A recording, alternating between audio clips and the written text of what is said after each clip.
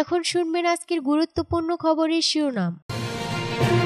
যুদ্ধবিরতির মধ্যেও গাজায় ধ্বংসযজ্ঞ চালাচ্ছে ইসরায়েল। 2000 পাউন্ডের বোমার চালান নিয়ে ইসরায়েল মার্কিন পররাষ্ট্রমন্ত্রী।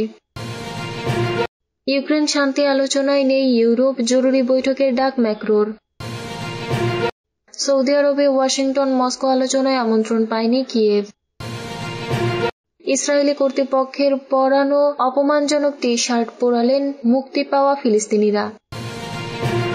ইউক্রেন ইস্যুতে কেন ইউরোপকে বৃদ্ধাঙ্গুলি দেখালো আমেরিকা। মোদির সফরের পরও হাত পা বেঁধে ভারতীয়দের ফেরত পাঠালো যুক্তরাষ্ট্র। যুদ্ধবিরতির মধ্যেও গাজায় ধ্বংসযজ্ঞ চালাচ্ছে ইসরায়েল। যুদ্ধবিরতি চলাকালীন সময়েও গাজা উপত্যকার দক্ষিণাঞ্চলীয় রাফা শহরে অনেক বাড়িঘর ধ্বংস করেছে Israel. Al Jazeera fact checking এজেন্সির সানাদের স্যাটেলাইট ছবি বিশ্লেষণে দেখা গেছে, মধ্য যুদ্ধবিরতি সত্ত্বেও ইসরায়েল দক্ষিণ গাজায় রাফায় কয়েক ডজন বাড়িঘর ধ্বংস করেছে। বহু দশক ধরে গাজায় সহায়তা প্রবেশের জন্য গুরুত্বপূর্ণ সংযোগ হিসেবে ব্যবহৃত হয়ে আসছে রাফা সীমান্ত ক্রসিং। তবে 2024 সালের মে মাসে এটি বন্ধ করে দেয় ইসরায়েল। 1979 সালে মিশরের সঙ্গে করা শান্তি চুক্তি লঙ্ঘন করে সীমান্ত এলাকায় নিয়ন্ত্রণ নেয়ার পর থেকেই ইসরায়েল ফিলাডেলফি করিডোরে শক্ত অবস্থান তৈরি করেছে। ইসরায়েল মিশর ও গাজা সীমান্ত বরাবর 14 কিলোমিটারের একটি দীর্ঘ ভূখণ্ড তৈরি করেছে। ইসরায়েলের প্রধানমন্ত্রী বেনিয়ামিন নেতানিয়াহু এই করিডোরের অবস্থান বজায় রাখার গুরুত্ব বারবার তুলে ধরেছেন, যদিও এটি আন্তর্জাতিক আইনে অপরাধ।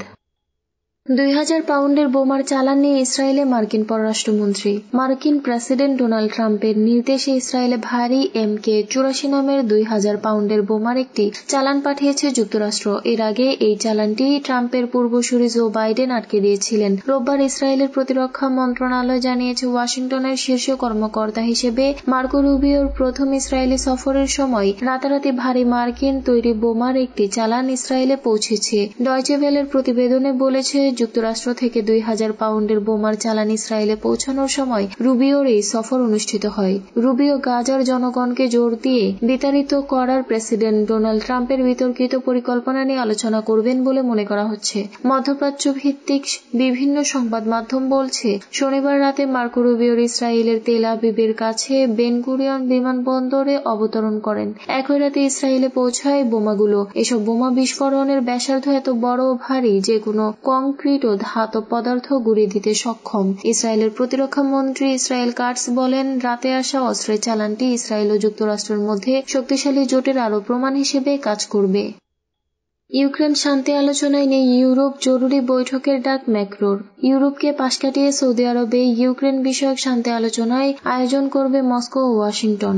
এমনকি আলোচনায় ইউক্রেনকেও আমন্ত্রণ জানানো হয়নি। এই অবস্থায় ইউরোপীয় নেতাদের নিয়ে জরুরি বৈঠক ডেকেছেন ফ্রান্সের প্রেসিডেন্ট ইমানুয়েল ম্যাক্রো। 2022 সালের ফেব্রুয়ারিতে ইউক্রেন সংঘাত বৃদ্ধির পর গত সপ্তাহে মার্কিন প্রেসিডেন্ট ডোনাল্ড ট্রাম্প এবং রাশিয়ার প্রেসিডেন্ট ভ্লাদিমির পুতিন টেলিফোনে কথা বলেন। গতকাল শনিবার দুই দেশের শীর্ষ কূটনীতিকরা সম্ভাব্য উচ্চ পর্যায়ের রুশ আমেরিকান শীর্ষ সম্মেলনের প্রস্তুতি শুরু করতে বলেছেন। সেদিনই মার্কিন বিশেষ দূত কিথ কেলগ জানান, ইউরোপীয় ইউনিয়নের দেশগুলোকে এই আলোচনায় রাখা হবে না। এদিকে পোল্যান্ডের পররাষ্ট্রমন্ত্রী রাদোস্লো সিকোরস্কি ম্যাক্রোর উদ্যোগকে স্বাগত জানান। আগামীকাল সোমবার ফ্রান্সে বৈঠক অনুষ্ঠিত হবে বলে নিশ্চিত করেন তিনি।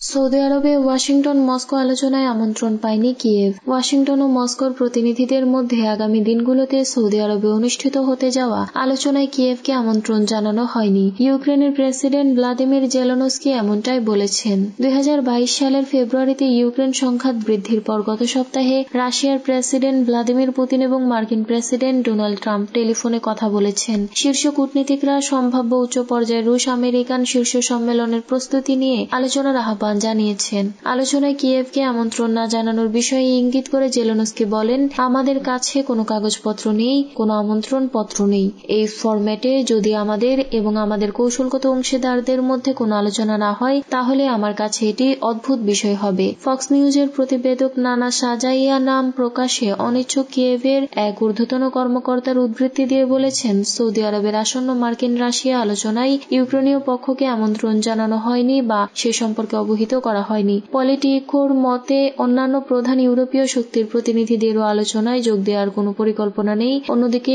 ব্লুমবার্গ জানিয়েছে ইউরোপীয় কর্মকর্তাদেরও বৈঠক নিয়ে কিছু অবহিত করা হয়নি।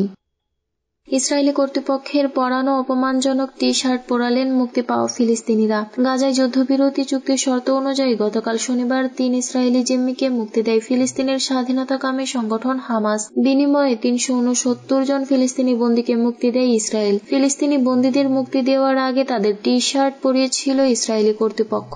নিজ ভূমিতে ফিরে এই অপমানজনক টি-শার্ট পরিয়ে ফেলেছেন ফিলিস্তিনিরা। ইসরায়েলি কর্তৃপক্ষের পরানো টি-শার্টে স্টার অফ ডেভিড শীর্ষক লোগো ছিল। ঈশ্বর, ইসরায়েল ও তাওরাতের মধ্যে সংযোগ বোঝাতে এই চিহ্ন ব্যবহার করেন ইসরায়েলিরা। ইসরায়েল জাতীয় পতাকার মাঝখানে এই চিহ্ন আছে। গতকাল মুক্তি দেওয়া ফিলিস্তিনিদের পরানো টি-শার্টে আরবি হরফে লেখা ছিল, আমরা ভুলব না বা ক্ষমা করব না। মুক্তি পাওয়া ফিলিস্তিনিদের জোর করে এই টি-শার্ট পরানো হয়েছিল। বিষয়টি তাদের মধ্যে ক্ষোভের জন্ম দেয়। তারা অপমানিত বোধ করেন। এই ঘটনাকে ফিলিস্তিনিরা বর্ণবাদী অপরাধ বলেছেন। কয়েকদিনের উত্তেজনাপূর্ণ আলাপ আলোচনার পর যুদ্ধবিরতির শর্ত মেনে গতকাল দুই পক্ষের মধ্যে বন্দী জিম্মি বিনিময় হয়। ইউক্রেন ইস্যুতে কেন ইউরোপকে বৃদ্ধাঙ্গুলি দেখালো আমেরিকা? ইউক্রেন ইস্যুতে ইউরোপকে বৃদ্ধাঙ্গুলি দেখালো মার্কিন যুক্তরাষ্ট্র। দেশটি ইতিমধ্যে ঘোষণা দিয়েছে রাশিয়া ইউক্রেন শান্তি আলোচনায় ইউরোপ রাখা হবে না। যুক্তরাষ্ট্রের ইউক্রেন বিষয়ক প্রধান দূত জেনারেল কিথ কেলগ শনিবার মিউনিখে অনুষ্ঠিত এক নিরাপত্তা সম্মেলনে একথা বলেন। জেনারেল কিথ জানান, ইউরোপীয় দেশগুলোর কাছে জানতে চাওয়া হয়েছে তারা ইউক্রেনের নিরাপত্তা নিশ্চিত করতে কি কি সাহায্য করতে পারে। তিনি জানান, ইউরোপীয় দেশগুলোর সঙ্গে আলোচনা ছাড়া শান্তি আলোচনা পরিচালিত হবে, তবে ইউক্রেন অবশ্যই আলোচনার টেবিলে থাকবে। সম্প্রতি মার্কিন প্রেসিডেন্ট ডোনাল্ড ট্রাম্প ইউরোপীয় মিত্রদের সঙ্গে আলোচনা ছাড়াই রাশিয়ার প্রেসিডেন্ট পুতিনের সঙ্গে বৈঠক করেন এবং কিয়েভে দ্রুত শান্তি আলোচনা ঘোষণা দেন। এতে ইউরোপীয় নেতারা বিস্মিত হন। এদিকে ট্রাম্প প্রশাসন ইউরোপীয় দেশগুলোকে জানিয়েছে ইউরোপকে ইউক্রেনের নিরাপত্তা ব্যবস্থা নিশ্চিত করতে হবে, কারণ যুক্তরাষ্ট্রের কাছে চীন ও সীমান্ত সুরক্ষা বিষয়ে অন্যান্য অগ্রাধিকার রয়েছে। যুক্তরাষ্ট্র এই প্রক্রিয়ায় ইউরোপের সক্রিয় অংশগ্রহণ চাইছে, তবে ইউরোপীয় দেশগুলোর ভূমিকা ও কৌশল নিয়ে আরও আলোচনা করা প্রয়োজন। মোদির সফরের পরও হাত পা বেঁধে ভারতীয়দের ফেরত পাঠালো যুক্তরাষ্ট্র। তৃতীয় দফায় আরও 116 জন অবৈধ অভিবাসীকে শনিবার ভারতে ফেরত পাঠিয়েছে যুক্তরাষ্ট্র। পাঞ্জাবের অমৃতসরে অভিবাসীদের নিয়ে মার্কিন একটি বিমান অবতরণ করে। তবে হাতকড়া শিকল বিতর্ক আবারও পিছু ছাড়ল না বলে জানিয়েছে স্থানীয় সংবাদ মাধ্যমগুলো। সংবাদ সংস্থা পিটিআই অনুসারে শনিবার রাতে আমেরিকা থেকে ফেরা এক অবৈধবাসী দাবি করেছেন তাদের হাতকড়া পরিয়ে বিমানে নিয়ে আসা হয়েছে। শুধু তাই নয়, ওই অবৈধবাসী দাবি করেছেন তাদের পায়েও বাঁধা ছিল শিকল। পশ্চিমবঙ্গ ভিত্তিক আনন্দবাজার জানিয়েছে, ডোনাল্ড ট্রাম্পের সঙ্গে ভারতের প্রধানমন্ত্রী নরেন্দ্র মোদীর সাক্ষাতের পর এই প্রথম বিমান বোঝাই করে অবৈধবাসীদের ফেরত পাঠালো যুক্তরাষ্ট্র। এর আগে গত 5 ফেব্রুয়ারি ট্রাম্পের পাঠানো সামরিক বিমানে ভারতীয় অবৈধ অভিবাসীদের হাতকড়া পরিয়ে শিকলে বেঁধে নিয়ে আসা হয়েছিল। তা নিয়ে বেশ আলোচনা সমালোচনা হয়।